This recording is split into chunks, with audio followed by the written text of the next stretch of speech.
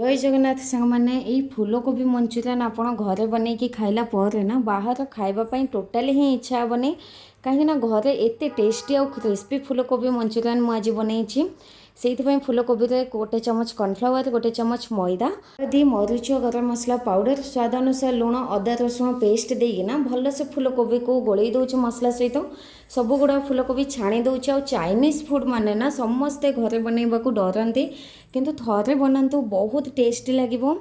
कड़े अल्प तेल पकईकि अदा रसुण गोटे मिनिट भाजीदेवी पियाज शिमला मर्च और स्प्रिंग अनियन सब सॉस पकईकि गोटे 2 मिनिट हाई फ्लेम रे ही भाजीदेवी। फुल वीडियो देखा चाहते ताले मो यूट्यूब चैनल आज ही अपलोड करछि जाइए देखिपारे आपड़ भी सॉस आ मसला पकई मुझे लिखिदे लास्ट फूलकोबी पकई गोटे मिनिट मिक्स करदेवी।